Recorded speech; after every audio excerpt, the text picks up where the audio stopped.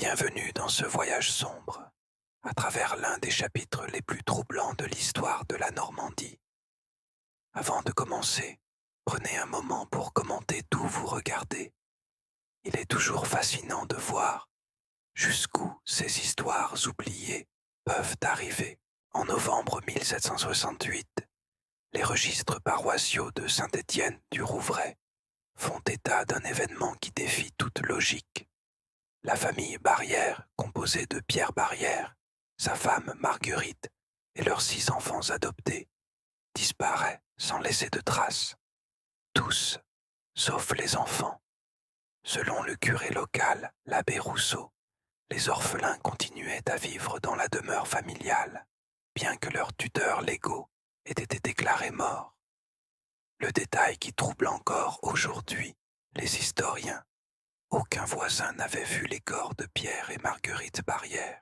La propriété des Barrières se dressait à la lisière de la forêt de Roumare, une bâtisse de pierre du XVIe siècle, aux murs épais et aux fenêtres étroites.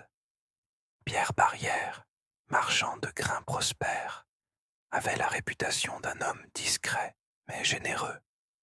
En 1763, il avait recueilli 6 orphelins de guerre, tous âgés entre 8 et 15 ans. Marguerite, son épouse, était décrite par les domestiques comme une femme pieuse mais distante. Les enfants, Lucien, Marie, Henri, Céleste, Antoine et la petite Agnès, étaient rarement vus au village. Les voisins rapportaient que la famille menait une existence ordonnée, marquée par des prières communes et un silence inhabituel pour une maison abritant tant d'enfants. Le premier signe troublant apparut en octobre 1768, lorsque le marchand de chandelles, Thomas Leclerc, remarqua que Pierre Barrière n'était pas venu chercher sa commande habituelle. Leclerc tenta de se rendre à la propriété, mais fut accueilli par Lucien, l'aîné des orphelins, qui affirma que ses parents adoptifs étaient alités, victimes d'une fièvre. L'adolescent parlait d'une voix monotone, sans jamais détourner le regard. Leclerc nota plus tard dans une lettre à sa sœur que l'enfant semblait étrangement apaisé pour quelqu'un dont les parents sont souffrants. Durant les semaines qui suivirent, d'autres marchands furent éconduits de la même manière, toujours par l'un des orphelins, avec la même explication. L'abbé Rousseau, inquiet de l'absence prolongée de la famille aux offices dominicaux, décida de rendre visite aux Barrières en novembre. Marie, la deuxième des orphelins, lui ouvrit la porte et l'informa que ses parents adoptifs étaient partis en voyage pour affaires urgentes.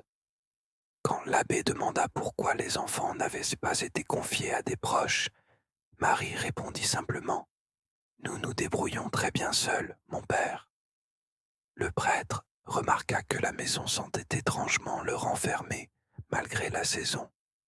Dans son journal personnel, retrouvé en 1923, il écrivit: « Ces enfants possèdent une maturité troublante.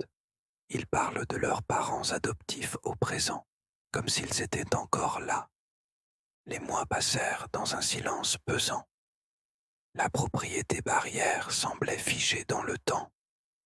Les villageois rapportaient parfois apercevoir de la lumière aux fenêtres du grenier, tard dans la nuit, et entendre ce qui ressemblait à des murmures collectifs. Marie Dubois, la blanchisseuse qui passait régulièrement devant la demeure, déclara au maire qu'elle entendait souvent des voix d'enfants qui récitaient quelque chose, toujours à la même heure, juste avant le coucher du soleil. Les 6 orphelins continuaient de vivre ensemble, s'occupant apparemment de tous les aspects de leur existence quotidienne.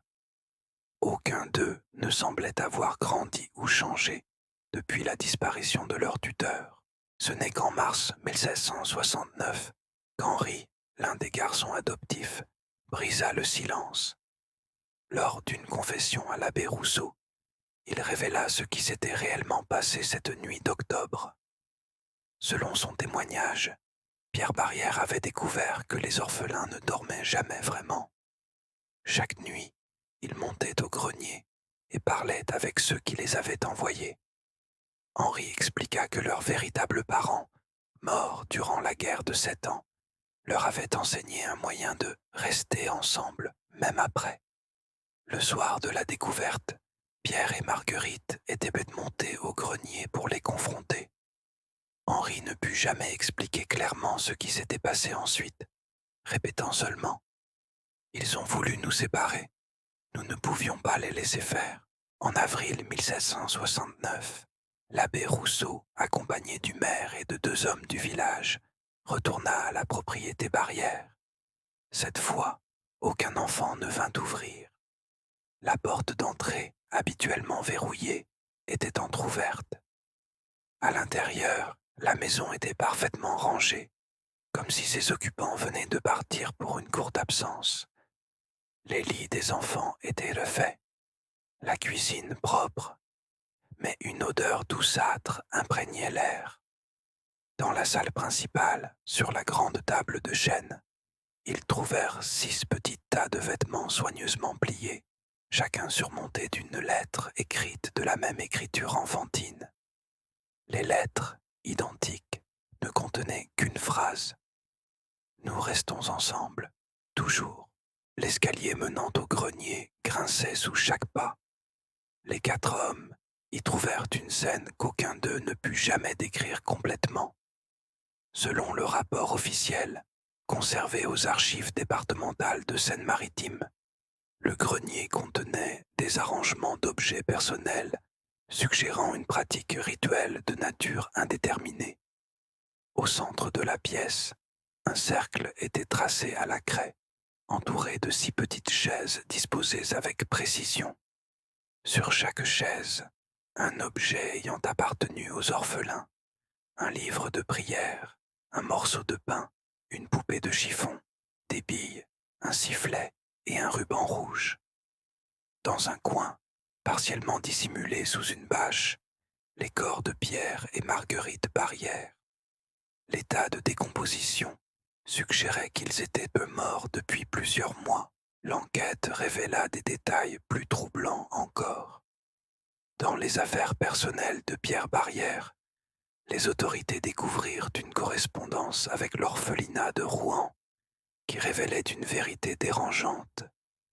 Les 6 enfants qu'il avait adoptés étaient tous décédés dans un incendie en 1762, un an avant leur supposée arrivée chez les Barrières.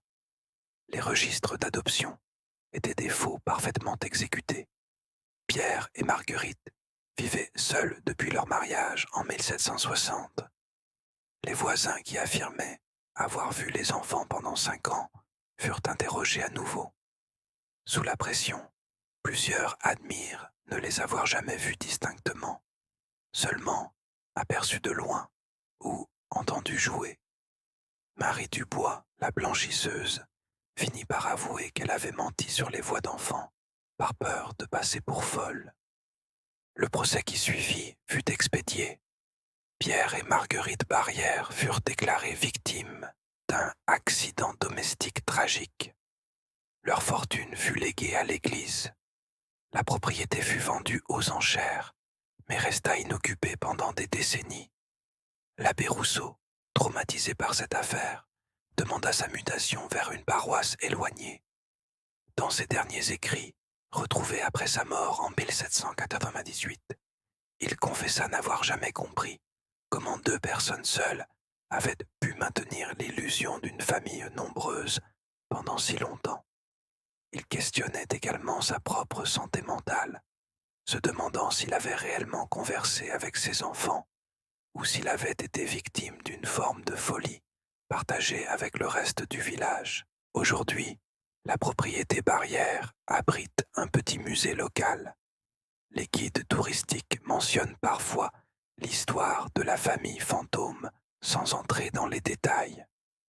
En 2018, lors de travaux de rénovation du grenier, les ouvriers découvrirent sous les planches une collection de jouets d'enfants datant du XVIIIe siècle, parfaitement conservés, ainsi qu'un petit coffret de bois contenant 6 dents de lait et des mèches de cheveux d'enfant. L'analyse ADN réalisée par l'Université de Rouen révéla que ces restes biologiques appartenaient bien aux 6 orphelins morts dans l'incendie de 1762. Comment ces reliques étaient-elles arrivées chez les Barrières? Aucun historien n'a pu l'expliquer, puisque Pierre et Marguerite Barrière n'avaient jamais eu de contact documenté avec l'orphelinat avant la falsification des registres d'adoption. Plus troublant encore, l'analyse des planchers révéla que le coffret avait été enterré là bien avant la construction du grenier actuel, suggérant que la propriété avait un lien mystérieux avec ses enfants depuis le début. Les jouets sont maintenant exposés dans une vitrine du musée, accompagnés d'un cartel énigmatique. Objet de provenance inconnue. Collection, famille, barrière. Et parfois, tard le soir, les gardiens du musée rapportent encore entendre des murmures étouffés qui semblent provenir du grenier, toujours selon le même rythme. 6 voix d'enfants qui récitent quelque chose d'indistinct, suivies d'une 7e voix plus grave, puis d'une 8e, plus aiguë. Mais peut-être ne sont ce que les vieilles poutres qui travaillent après tant d'années de silence, ou le vent qui s'engouffre dans les recoins oubliés d'une histoire qui refuse de mourir.